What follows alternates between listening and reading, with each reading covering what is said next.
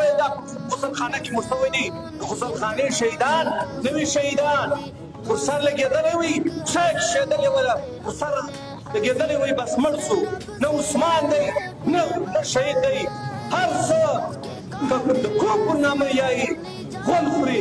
سلامونه دوستانو، دغه هم فهد خان مندوخیل دی چې د جمعیت علماء اسلام امیر دی. د 2 شپې له مخه په عثمان کاکړ پسې خبرې کړې وې او د په خپلو خبرو کې دا ویلي و چې عثمان کاکړ شهید شوی نه دی بلکې هغه په غسلخانه کې لوېدلی دی. د لوېدلو له امله هغه شهید شو. باید هغه ته شهید نه وویل سي ځکه چې د هغه زوی خوشحال به په یونیورسټیانو کې له نجونو سره بیده و او موږ به یې دلته سره جنګولو. دغه خبرې هم د فهد خان مندوخیل له خولې دي کوم چې د جمعیت اسلامي امیر دی.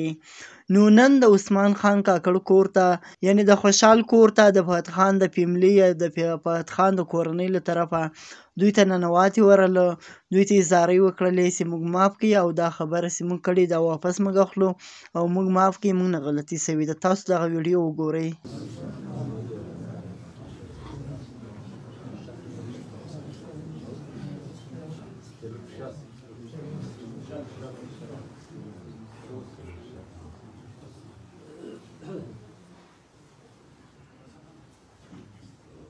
Schön am Wasser. Was ist das schön?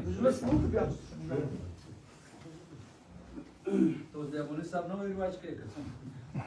Moraš se nasta. Pa možeš da še je normalno okej.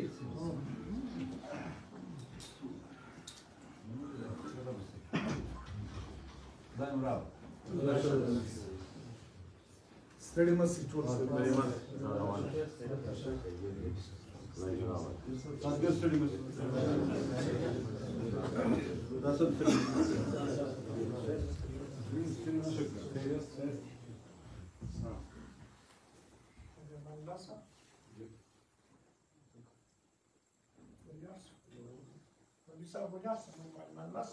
زمان الأساس بمشورة بندي وكارت ده شوكو كل مجلس براكو الأطباء بدا عمليات ده يخبروا أخوات